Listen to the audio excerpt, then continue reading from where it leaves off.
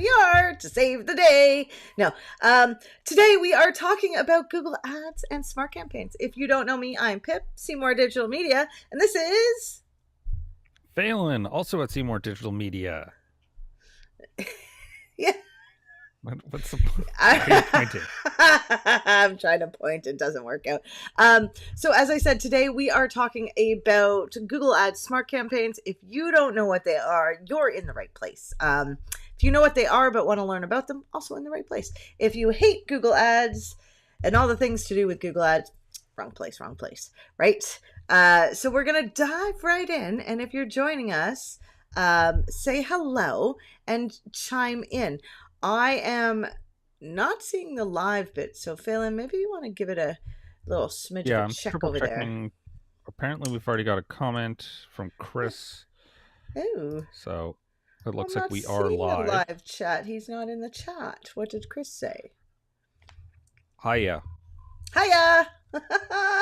Oh, that's funny. I don't know why I'm not seeing it pulled into our. Oh, maybe because I have the interview chat and not the chat. That So would definitely help. right, comments and reactions. Oh, I got it. Look at this. Yeah. Okay. Am I working on my video skills?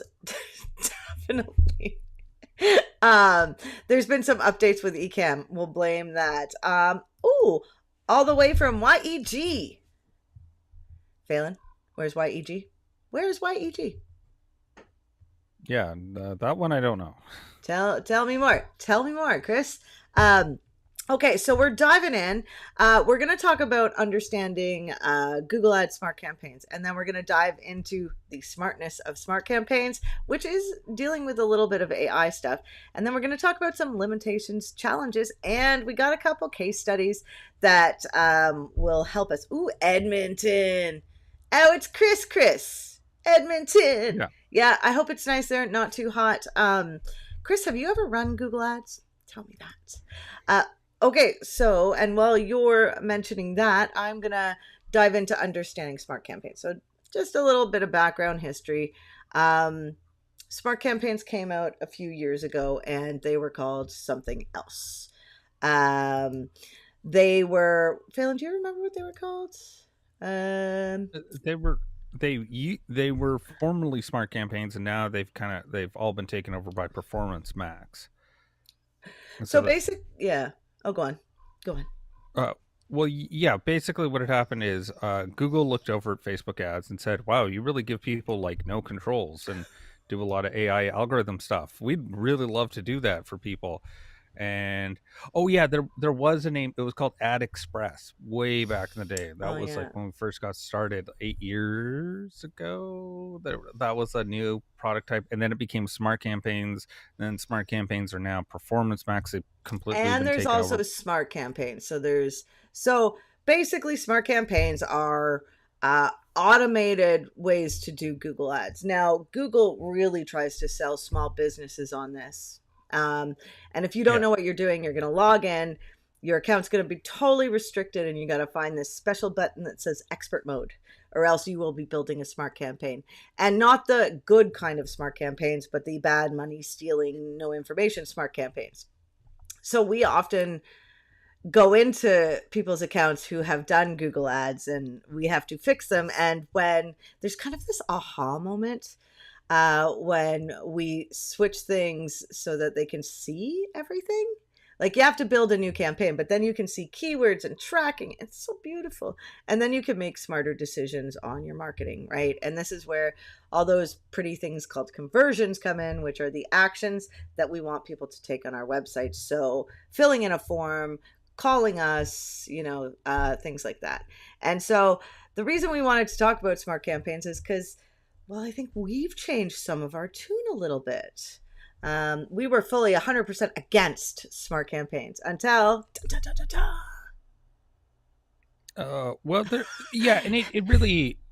So sorry. Well, like I'm trying to think of like there wasn't really an aha moment. There was more just like we knew that it could work, but the problem is it's like one of those. It's like having like a really fast wind-up toy, and sometimes it runs into a brick wall because it wasn't smart enough to avoid it, and then other times it like makes it to the end of the finish line like super quick. And there's not really like there are ways you can help mitigate this, and there's like little optimizations you can make along the way. in Um, smart campaigns. when you're setting them up and optimizing them, it's definitely, and for e-commerce, it's definitely like it's the way to go is the performance max, Yeah. but you have to be smart about how you do it. Like you can't just like go, oh, I'm just gonna like do one and done and not think about it. Like you got to there is still strategy even if you're just letting Google automate the rest of it. um Well, you you're need to be not. thinking about. Yeah. Well, when you log in, so here's one of the problems with this is creating a performance max campaign. Although a smart campaign is not the generalized option that a business owner would know about, right? And performance Yeah. max are campaigns, which are a type of Google Ads campaigns, which work with AI more so, are started out being for e-commerce. They started out being not so great, right? We wouldn't recommend them. And over time, as Google's got more information from users, they have been getting better. So now there's like a dual play where specifically for e-commerce, right? You do a performance max, which is like a smart AI campaign that you do have to monitor and manage still, but it does some of the heavy lifting for you. And then you also take, what is it, Phelan? You take your best products, and those are their own, you create your own campaign for those. Is that correct?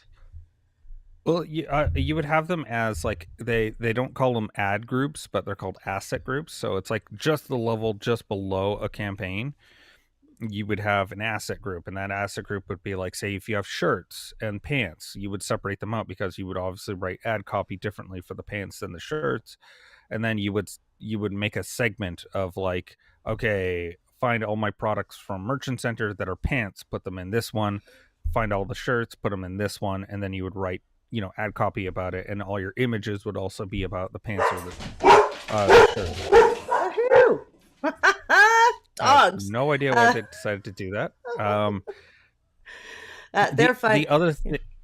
the other thing that just came to mind when I was actually like just thinking about like our change tune on like smart campaigns and performance max, the one thing that I've noticed, like that I just realized, is that the conversion type, that if you're looking for phone calls, smart campaigns and performance max campaigns are actually pretty good at getting you phone calls. So if you're a Mm, business, you sell really well, getting them to fill out a form, I definitely don't recommend. Getting them to a landing page to take an action, but like, a lot of the campaigns when I think about it have been getting someone to click to call someone. It's actually mm, been they've been pretty successful, is like if that's your conversion action, even like mm, clicking the tell link on a landing page, they've still been pretty good with that. So like getting the Google's pretty good at identifying people that call people, and so I think mm. that's If that's what you want as your w- action. Hey, we should do so a performance max for our education people. Yeah. yeah. Yeah. So just background. So inside Google Ads, Phelan talked about segments and assets. So in Google Ads, the way it kind of works is you build campaigns. Campaigns are the things that have budgets, not the account. So um, you have campaigns, and then under campaigns you have ad groups, or in Performance Max they're called asset asset groups, asset group, yeah. right? And inside a ad group, you're going to have your ad group is what holds your keywords and your ads. So that's where you would separate out like pants versus shirts, or like parents versus kids, or like whatever your strategy is. So Yeah. strategy goes into how you organize a campaign. Um, the reason we wanted to talk about smart campaigns is because they are getting better, and we are Yeah. now working kind of with both, right? Because we do our specific campaigns that are search text campaigns mainly. That's the foundation of Google Ads. And then, Yeah. and then we're using these smart campaigns to help us. Like, so sometimes we'll get an account and clients have set up their own smart campaigns and they're working, right? And so it's Yeah. our job not to turn them off, because who's tried that? I don't know.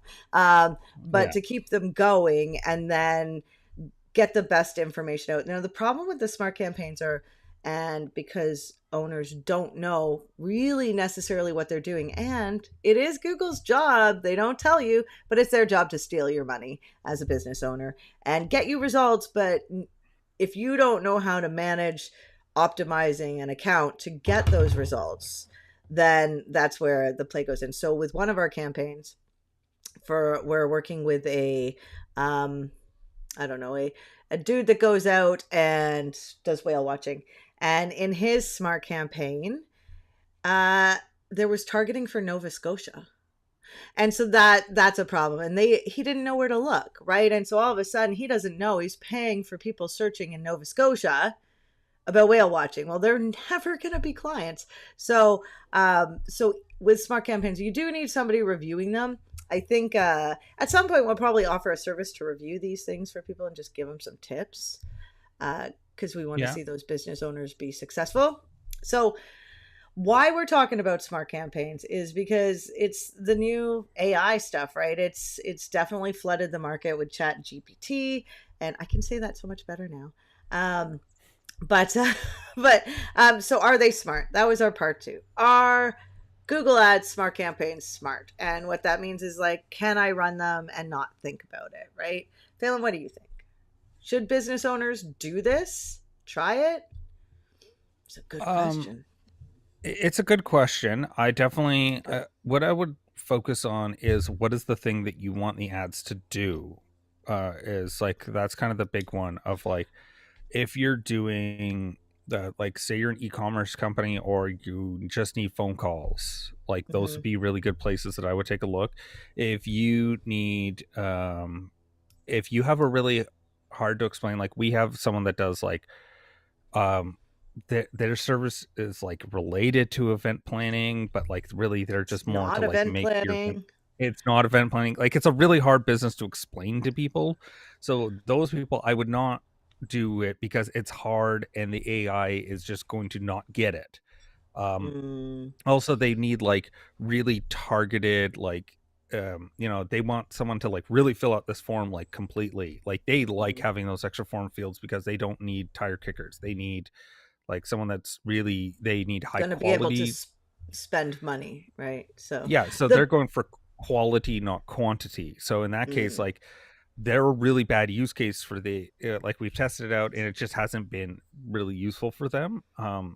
But so that's kind of like my thought process is like, is your business easy to explain to someone? If so, then I would experiment with the smart campaigns, because then Google can easily get your stuff in front of people that are going to want to call you to, like, if you're a plumbing business, people know what to expect from a plumbing business. Like I said, if you're like a really complicated event planning service, that's not something that's easily explained in an ad, and they're going to get it wrong, uh, hmm and just well, cost you you a write bunch of your money. own ads where they give you ad ideas. One of the problems with the smart campaigns is there isn't a lot you can do, and you don't know how to do it. Now, there's some other crazy things going on with Google Ads. There's these local service ads, which are now attached to your Google Ads account, but it's a different platform, and that's auto. So there's a lot going on in Google Ads. We actually have a uh, a video we're gonna do down the road about. I think there's 22 different types of ad campaign types you can do. So it Yeah. is overwhelming, right? And Google's job is to get you to spend more money. So you might get reps calling you and stuff like that, and they will recommend the bejeezers out of the smart campaigns, right? Uh, I don't know if they recommend the Performance Max campaigns. Also smart campaigns, but they're smarter. All Well, these the need a problem, human hand to help. yeah, the issue with the Performance Max is because it's the newest toy for Google, that they are even outbidding. So say you run a regular text search campaign, um, and a Performance Max, the Performance Max will show up in the search results over your text campaign. It gets a Mm, preference in the bidding strategy, and they also reserve up to 20 to 30% of bid spacing for the Performance Max. So mm. even if you run display ads, the Performance Max will take over the display. It will outbid it. Oh, that's Um, interesting, eh? It's interesting yeah, how that we need as marketers to pay attention to the newest toys and adventures, because when they come out, those platforms like Google or Facebook or TikTok or will give preference to that new stuff. So, for instance, in YouTube, for a long time, I'm not sure about now, but for a long time, stories became a preference, right? So if you did stories, your channel got seen more. Um, so, like with all things, try the new tools, see if they work. If they work for you, awesome. If they don't work for you, stop them quick, right? So, and Yeah. I think one of the biggest things is that a lot of business owners will set this up and they don't set up their conversions, right? Which tracks the leads coming in. And that's where the Yeah. fail is. Where you can set that up with smart campaigns, can you not fail in? It's not automated. It's not automated. They can't, but that's why I said at the top that like that the calls are something that Google's like finds the easiest because it knows what to expect. It knows that this person just Mm, loves clicking on call ads. I'm sure they have historical information, and so they know that like, and that's super easy for them to tell, right? If they have a call extension, it's in the ad. They get them to call, and then all of a sudden, hey, mm-hmm, I'm sending you like this many phone calls. They can easily track that. That I think is Google's preference. Filling out forms and stuff is a little more complicated for Google to be tracking and making sure the conversion tracking is set up correctly. There's no way to automate that. mm-hmm. It's got to be what's Your form, easiest for your client, too, right? So the person interacting with your website, what are they more likely to do? Are they going to fill out a long form? Do you have to have them fill out that long form? Like, and what do you want? yeah, Like, do you want phone calls? We have businesses that don't want phone calls, right? So yeah. we're going to be very specific about the choices we make for what we're doing for their campaigns. So I guess in the end, Well, I I think just we wanted would. to Oh say yeah. Oh, you're jumping in. there's well, we haven't covered all the conversion types that come into Performance Max Oh, it's because there's true. one that we haven't talked about, which is one I just started setting up for a couple of our clients, and it's store visits. Ooh, So that's so that's a exciting. conversion. Yeah, so we've got a couple of clients that because it's like the summer months and they do run e-commerce ads, but like their profits are way higher if they get In someone in the store. door, right? They don't have to, Yeah. yeah, they don't have to pay shipping costs. They're Hmm. there, and one of them does like live wood turning, and so it's a big thing. Um, To and go so see. that's a big one. We're running it as well with Facebook ads, just because we're experimenting, and they're in like a touristy spot. And so, but the store visits is a conversion type that is bestowed to you by Google. They don't tell you when it's activated. They just randomly say, "Oh, we tracked people Mm, that came to your store." Um, I'm gonna guess that it's probably Google Maps is probably the trigger, right? yeah. It's like it pings off of their phone, and then it's like, oh, you're at the location. Well, the Okay, other thing fine. to And then it's like, note about that is that, what is it? When people search in localized areas, there's a 72% likelihood that those people will visit the location within 24 hours, 48 hours, right? So, yeah, so I think yeah, this and might be especially if you this attach the Google business profile to the Google Ads. Does that, maybe that's how th- it counts as store visits? that helps.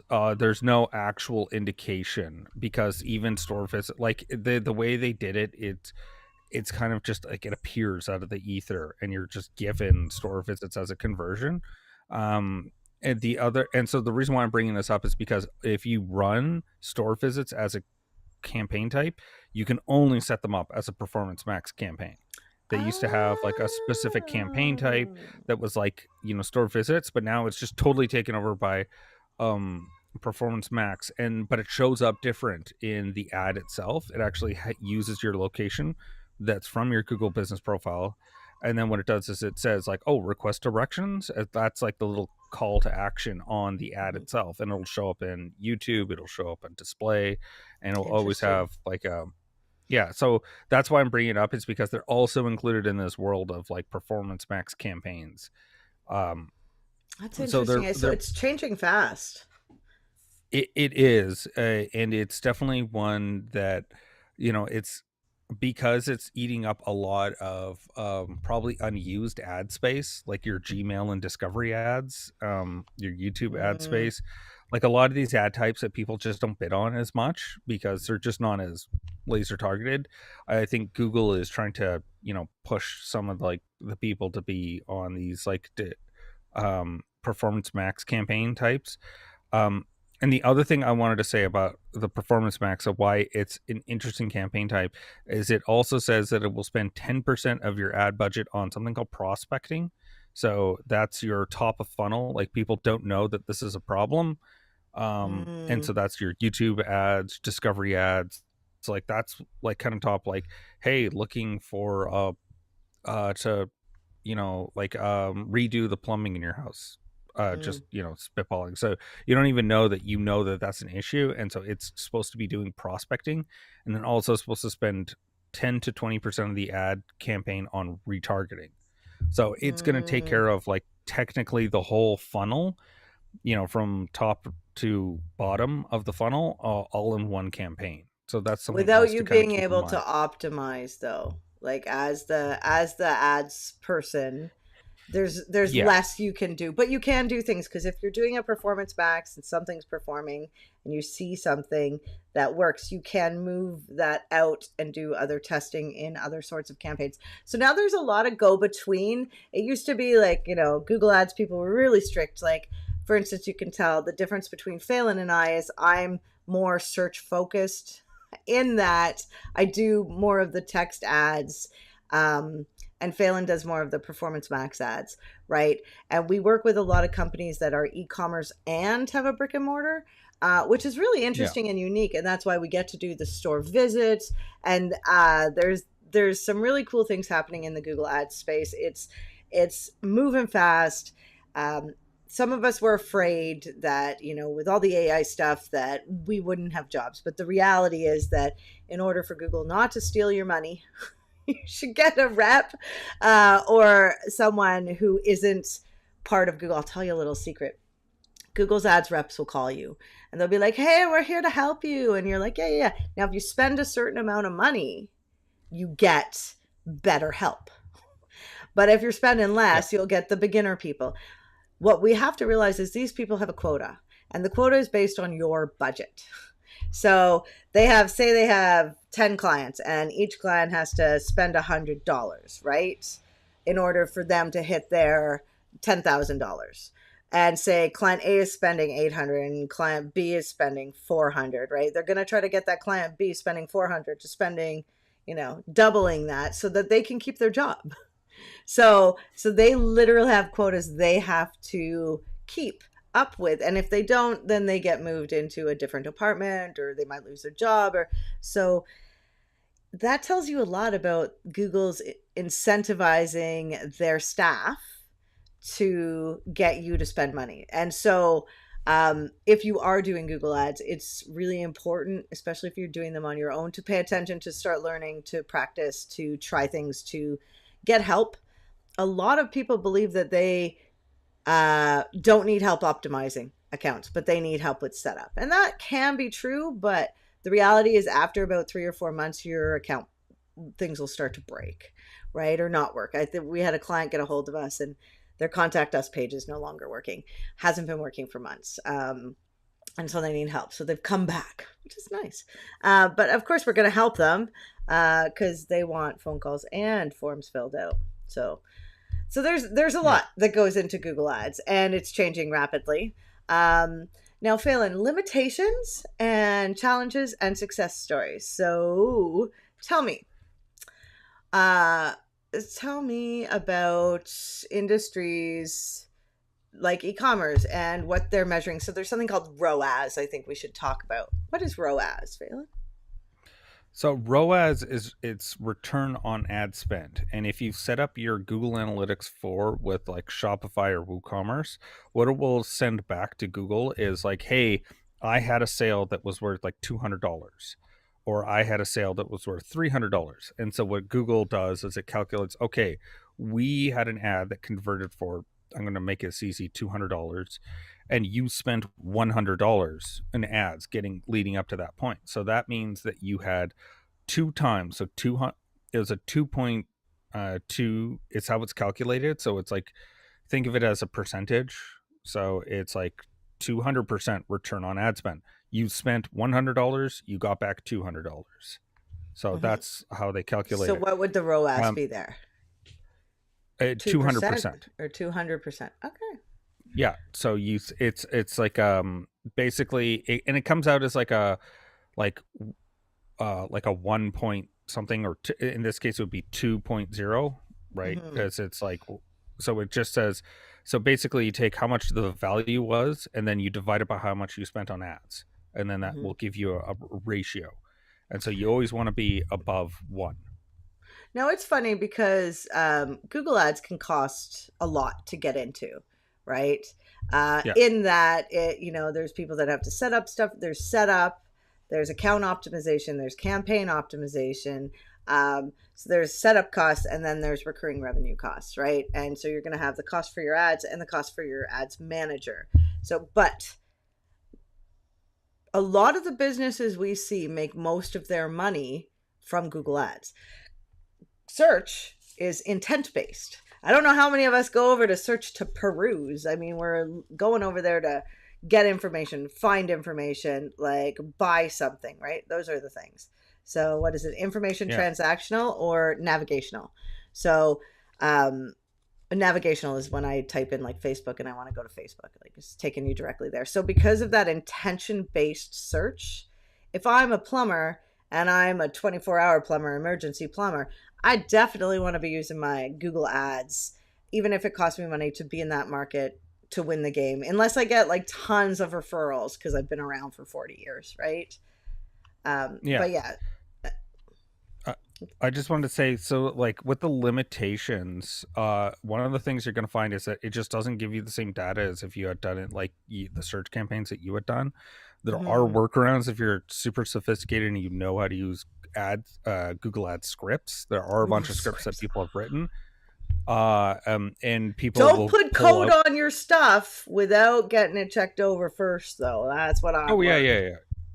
Yeah, yeah. So you definitely don't just randomly do this stuff, but it's definitely there. People have figured out workarounds that's hidden Mhm. in the APIs for this. And but again, you have to be pretty sophisticated user to use it. Um, and so that's one of the big limitations. We have seen successes as well with like some campaigns just knock it out of the park, no problem. Kick butt. Just set up a basic performance max campaign and then just e-commerce and just raking in the money. There's other ones that we've had that require a lot of optimizing and adjusting and taking out campaigns and um, Just figuring it out. updating the yeah, and updating, like making new asset groups, and those asset groups have like you take out products that are just low performing, that are eating up all the budget. Like you Hmm. might have to tweak it and adjust it. It's not impossible. It's definitely, like I said, it's worth experimenting and not getting down on if like it's just a success out of the gate or not, right? I don't think that that's the way to look at it. It's one that Mm. it does have a lot more tools now with adjusting and being like, oh, this didn't work, but if you go through the numbers you can figure out like, oh, if I had taken this one out then all the budget would be used for the other ones, because Hmm. Google is as bad as Facebook at over optimizing for like, hey, I found a thing that worked or I think worked, whether or not it actually does. And so they are really bad at that, or just like doing one thing and they're kind of like, I've heard it described as like ants finding sugar. They just like as soon as they find it, that everyone just hones in on that and they don't Mm. keep optimizing. They're like, well, we found success. And so They yeah, don't. They that's one don't thing that send people need. Bobby off to go find some like flour instead of sugar. Yeah, or Yeah. keep scouring to see like, hey, maybe there's a better sugar pile over there. No, they're like, no, we Mm. found the thing and we're just gonna keep doing the Stick thing with until it. Yeah. we're done. Right. And uh so that's, yeah, I think I don't know if anybody here is interested in Google Ads. You should message us. We love this stuff, and we do have a course. And I think we're going to be doing a boot camp in September to teach people to do their own Google Ads, because there's a lot that goes into it. But it is really fun. And I don't know. Is it nerdy? Do you think it's a bit nerdy? Yeah, it's a bit nerdy. I mean, yeah, but it's also helps with businesses growing, so it's definitely worth I will say investing your that. time Yeah. with this. Well, and that's the thing about marketing. So our jobs, because we're search specialists, is our jobs is to help businesses get business.